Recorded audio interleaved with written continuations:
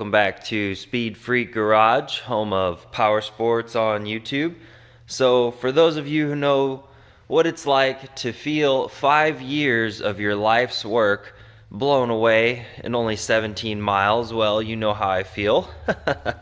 But seriously, the organizers of the Bristol Forest Rally and the ARA, and especially all of the volunteers who dedicated their time for free to come help make this rally a possibility, I cannot thank them enough. We had an amazing, fun weekend, and I mean, there's just no other experience in the world that can come close to this rally. However, we went through 4 catastrophic failures on our car that there's just no way to predict. I mean, we spent 5 years preparing this car with what little tiny bit of budget that we have. And I mean, there's just so many amazing people in the BFR and ARA crew, and then my navigator, Brandon, and my crew chief, Adam, who used their knowledge and experience to help get us through the rally. I mean, everybody just did an amazing job, and I can't thank them enough. But really, the purpose of this video, and you can look down at the chapters in your navigation bar, is the, again, 4 catastrophic failures that we experienced that were unexpected. There's no possible way we could have prepared for them. So the first one is the rear skid plate. Actually, on stage 3, we went through a mud hole.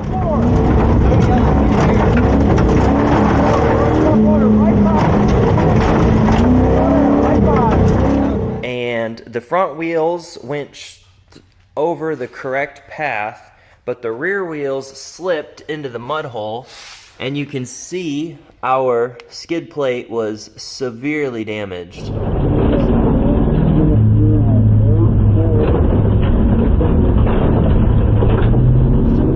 So the phone's not really cooperating with getting you a proper exposure, but that bar is supposed to be straight, and it's not.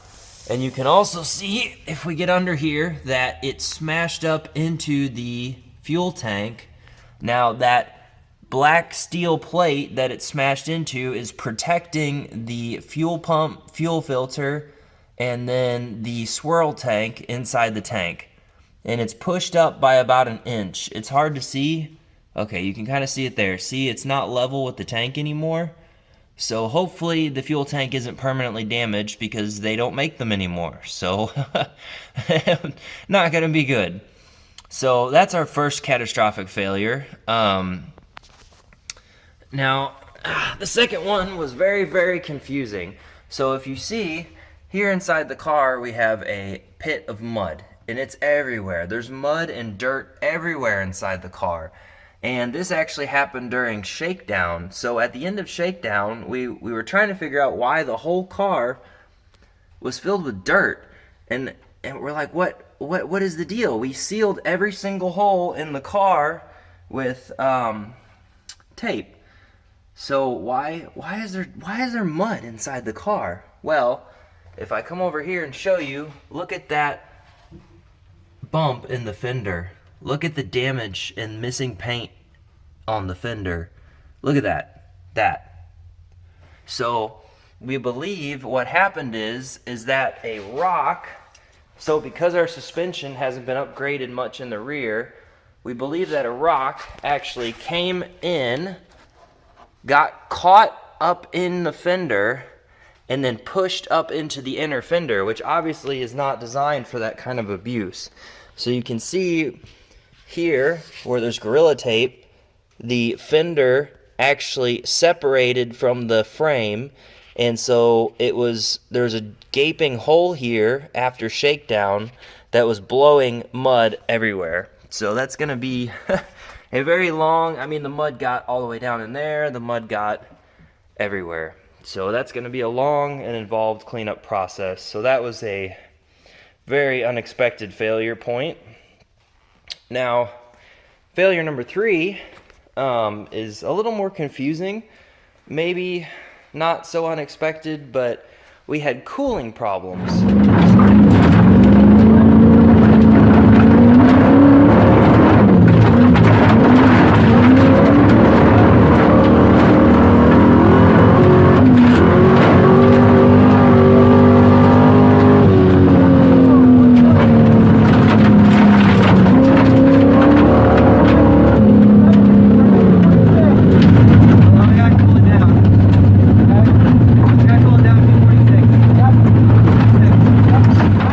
Shakedown number 1, it overheated and boiled out the coolant. And then shakedown number 2, it got hot, about 240, and we cooled her down. But then special stage number 3, we finished the stage at about 245, but as soon as we stopped to get our time card, it jumped up to 262 and boiled out all the coolant. Oh yeah, not good. And then it wouldn't restart. So that was basically the end of the race. It's not the reason why we stopped, because we could have easily refilled the coolant tank and kept going, right? I mean, but basically what we did between shakedown the day before and between SS1, we cut out this piece here in the bumper and here. We blocked off the old fog light hole to try and force air in to the radiator. And then we cut much larger holes in the hood to try and evacuate air through the cowl. I mean, we were up at 11 o'clock at night in the hotel parking lot with a cheap Walmart Sawzall, and we went through like 4 or 5 Sawzall blades, or I should say, sorry, jigsaw blades, trying to cut holes in this hood. And Special Stage 1 and Special Stage 2, we maintained about 220 degree water temperature, which is too high, but it's not boiling under pressure anyway. That's an important thing to note. But the reason why we ultimately decided to pack up and go home is because of the 4th major failure, which is that the engine was evacuating, and I don't think you're going to be able to see it because I already power washed everything. But the engine was evacuating oil from the rear main seal and from the oil cap. So, I mean, there's actually some oil on the floor now. That's great. But you can kind of see there's oil here. There's the skid plate. I don't know how to turn on. If I can try and... No, it's not really going to work. But the whole skid plate's covered in oil. Even after power washing, there's a good puddle of oil right there coming from the bell housing. So the rear main seal, how do I undo? There we go. The rear main seal was blown out. Now, we immediately texted our tuner, or not tuner, sorry. The Holley tuned itself, the engine builder. And we're like, hey, we've got high temperature. We've got, it won't idle. It won't start anymore. And there's oil dripping out of the bell housing. And he's like, well, you're probably running lean. You most likely fractured a piston. So I've called it shattering a piston because it sounds cooler if I shattered a piston. We're also running this engine at 7,000 RPM, which is a lot higher than normal LS engines run. So basically we, in the course of 17 miles, destroyed this brand new racing engine because I personally made the decision not to spend the extra money to go to forged internals. Not only for a money constraint, because I'm not rich, I'm literally siphoning away money from my food budget to build this car, but also because of the lead time. Forged pistons are like 6 months back ordered right now, and we wanted to get to a race immediately. We wanted to get to the 100 Acre Wood, but we couldn't because there's just schedule, and back orders, and just the whole world economy is completely screwed up right now. So, I mean, we had such an awesome weekend. We had so much fun, and it was an experience that I can't equate to anything. I mean, the only thing that could possibly get close is a weekend of dirt biking with your friends, But there's a big difference between riding a dirt bike through the woods and driving a car through the woods. I mean, we had a blast, you know, and our navigator Brandon and our crew chief Adam were exceptional in every way. There's no possible way we could have made it through without them. And you know, I would hope that most drivers, most rally drivers understand that the navigator and the crew do more work than they do, because I could absolutely guarantee you that even with all my efforts in trying to assist Brandon and Adam, that they did twice as much work as I did over the weekend. And I really felt bad, to the point where I was like, you know, how can I help? You know, tell me what to do. You know, I mean, let's go get a steak dinner. At the very least, I can have you guys eat good, you know, even though we've been up till midnight, you know, jigsawing holes in the hood. But really, the experience was eye-opening. There are so many problems with this car that we never could have predicted without getting out on the rally stage.